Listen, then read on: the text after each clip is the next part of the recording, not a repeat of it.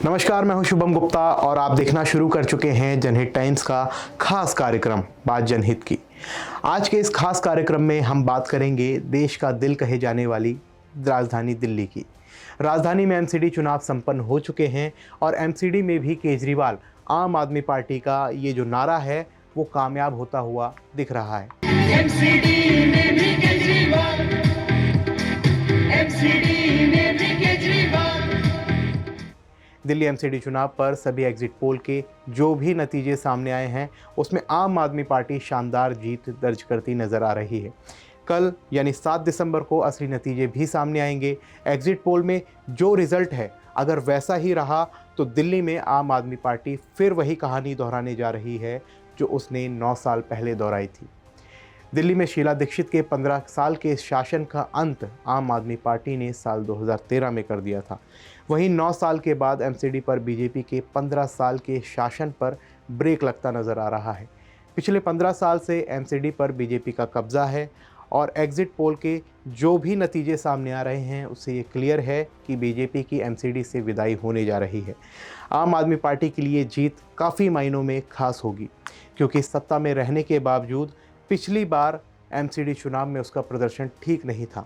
1998 से 2013 तक दिल्ली में शीला दीक्षित का शासन रहा। वो 3 बार मुख्यमंत्री बनी। साल 2013 में पहली बार आम आदमी पार्टी चुनावी मैदान में थी और अरविंद केजरीवाल के नेतृत्व में पार्टी ने दिल्ली में ऐसा कर दिया जिसको किसी को उम्मीद नहीं थी। इस चुनाव में न केवल शीला की हार हुई बल्कि उसके बावजूद दिल्ली में कांग्रेस के लिए कोई उम्मीद भी नज़र नहीं आ रही है।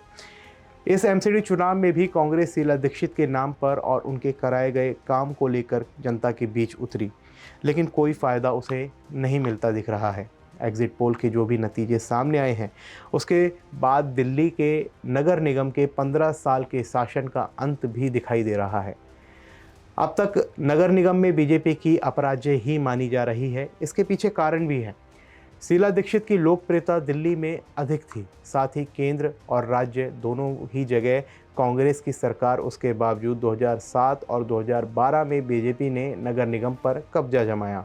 वहीं दिल्ली में आम आदमी पार्टी की शानदार जीत के बावजूद 2017 में भी बीजेपी ने जीत की हैट्रिक लगाई, जिसके बाद ये माना जा रहा था कि यहाँ बीजेपी को हराना बहुत ही मुश्किल है। लेकिन इस बार एग्जिट पोल कुछ और ही कहानी बयां कर रहे हैं। दिल्ली में आप 9 साल बाद फिर वही कहानी दोहराती दिख रही है। दिल्ली में आम आदमी पार्टी की सरकार होने के बावजूद एमसीडी में वह सत्ता से दूर थी। दिल्ली में आपकी रिकॉर्ड जीत के बाद भी ये सवाल खड़े हो रहे थे कि आखिर यहाँ क्यों वो पीछे है। वहीं बीजेपी के लिए राहत की बात ये थी कि दिल्ली में विधानसभा ना सही एमसीडी पर उसका कब्जा है। एमसीडी की जीत के ज़रिए वह आम आदमी पार्टी पर निशाना साधती रहती थी, लेकिन एग्जिट पोल के जो नतीजे बता रहे हैं कि बीजेपी वो ग्राउंड भी खोने जा रही है। साथ ही आम आदमी पार्टी के लिए ये जीत कई मायनों में खास होगी। इस बार एमसीडी के लिए आम आदमी पार्टी की ओर से खास रणनीति बनाई गई। दिल्ली में आपकी सरकार के बाद ये नारा दिया गया कि एमसीडी में भी केजरीवाल। पार्टी की ओर से मतदाताओं के बीच ये मैसेज दिया गया कि अगर एमसीडी में पार्टी की जीत होती है तो वार्ड की सारी दिक्कतों को दूर करने में आसानी होगी। वहीं आम आदमी पार्टी ने इस चुनाव में निगम के भ्रष्टाचार का मुद्दा ज़ोर शोर से उठाया, जिसका फ़ायदा उसे मिलता दिख रहा है। एमसीडी में जीत के बाद दिल्ली की सियासत में आपकी जड़ें और भी गहरी हो जाएंगी। अगर सभी एग्जिट पोल को देखा जाए तो दिल्ली में एमसीडी में आम आदमी पार्टी बड़े अंतर के साथ जीत दर्ज करती नज़र आ रही है। इंडिया टुडे एक्सिस माई इंडिया के एग्जिट पोल के अनुसार दिल्ली के 250 वार्ड में से आपको 149 से 171 सीटों का अनुमान लगाया गया है। वहीं बीजेपी 69 से 91 सीट, कांग्रेस को 3 से 7 सीटें मिलेंगी, अन्य को 5 से 9 सीटें मिलने का अनुमान है। वहीं times now Bharat ETG exit poll के हिसाब से दिल्ली एमसीडी में आपको बहुमत मिलता दिख रहा है।